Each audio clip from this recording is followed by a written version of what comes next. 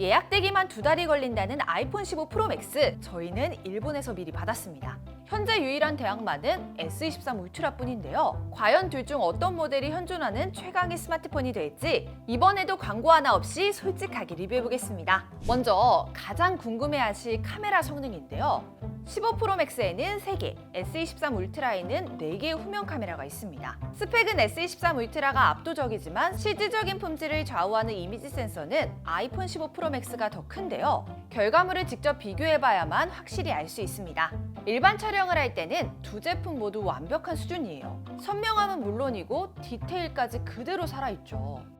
색감만 보시면 되는데 마음에 드는 색감을 선택하시면 됩니다.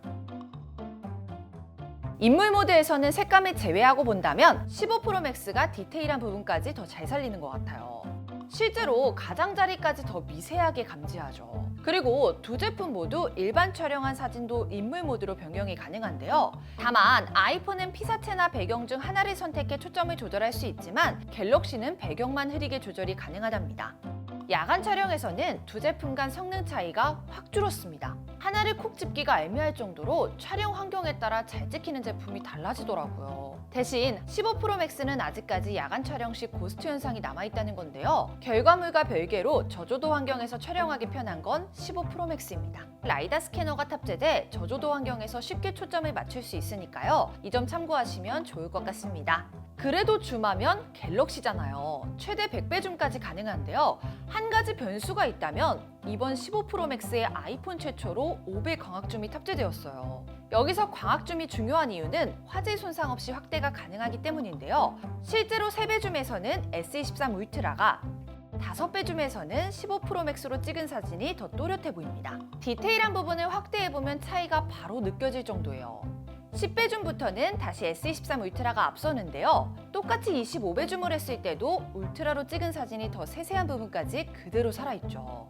여기서 울트라는 100배 줌까지 가능하기 때문에 더 멀리 있는 물체까지 카메라에 담아낼 수 있습니다. 다음으로 손떨림 방지 기능은 두 제품 모두 최상급인데요. S23 울트라는 전작 대비 2배나 강화됐고 아이폰 15 프로 맥스는 2세대 보정 센서가 탑재되었습니다. 직접 비교해보면 두 제품 모두 흔들림을 잘 잡아주지만 15 프로 맥스가 조금 더 안정적인 것 같아요. 전면 카메라는 S23 울트라의 경우 4000만 화소에서 1200만 화소로 줄어들어 스펙 자체는 두 제품 동일합니다. 대신 삼성에서 AI 처리 효과를 높여 더 만족스러운 결과를 얻을 수 있다고 하는데요. 실제 촬영 결과물을 보시고 취향껏 선택하시면 될 것 같고요. 추가적으로 두 제품 모두 필터 선택이 가능한데 직접 원하시는 필터로 적용해보시면 좋을 것 같습니다. 추가적인 카메라 스펙은 한 번에 총정리해드릴게요. 성능은 솔직히 이미 둘 다 실사용하기에는 충분할 만큼 오버스펙인데요. 그래도 굳이 우열히 따지자면 15 프로 맥스가 더 우수해요. S23 울트라는 15 프로 맥스와 비교하면 최대 47%까지 점수 차이가 나죠. 실제 성능 차이는 어느 정도일지 직접 보여드릴게요. 어플마다 차이가 있긴 하지만 자주 사용하는 앱들 위주로 비교했을 때 15 프로 맥스가 대체적으로 더 빠르고요. 고사양 게임을 하면 차이가 더 와닿는데요. 원신을 플레이했을 때 15 프로 맥스가 속도도 더 빠르고 끊김이 덜하더라고요. 게임을 자주 하신다면 15 프로 맥스를 선택하시는 게 이득일 것 같아요.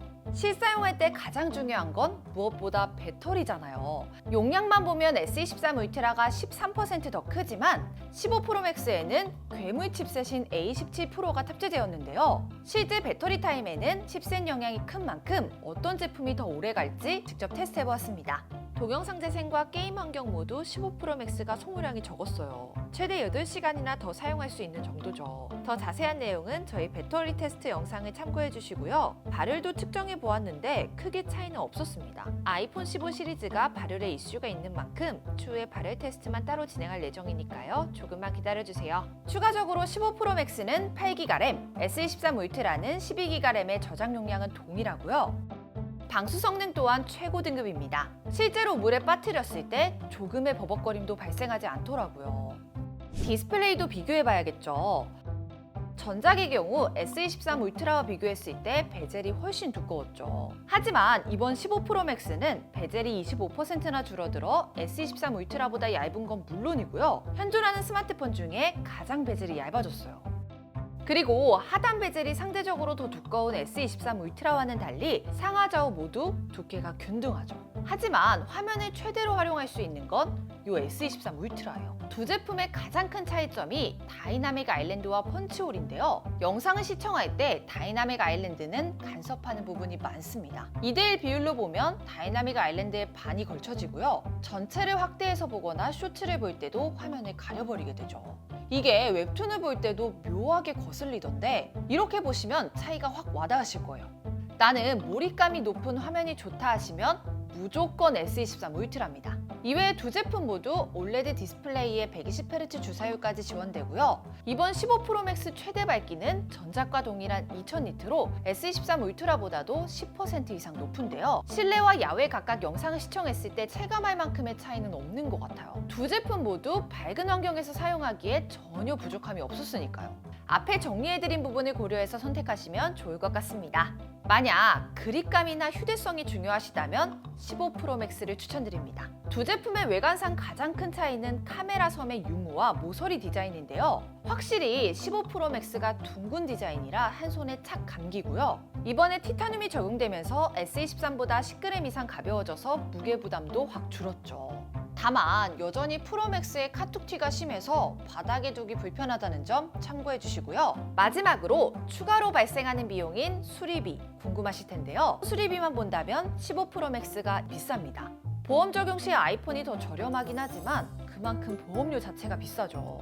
자, 지금까지 아이폰 15 프로맥스와 S23 울트라 끝장 비교해드렸는데요. 그래서 나는 무엇을 사는 게 좋을지 궁금하시죠? 제가 간단하게 정리해드릴 테니까요. 참고하셔서 선택하시면 좋을 것 같습니다.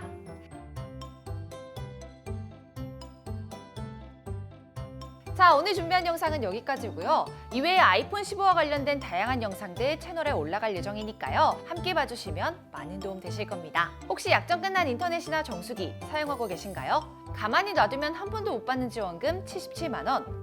RT폰도 쓰던 번호 그대로 2만 원대의 데이터 보장은 약정 없이 사용할 수 있으니까요. 저희 아정당 1833-3504로 전화 한 통만 주시면 어떤 혜택 받을 수 있는지 알려드리겠습니다. 오늘 영상도 도움되셨다면 구독과 좋아요 꾹 눌러주시고요. 그럼 다음 영상에서 또 만나요. 안녕.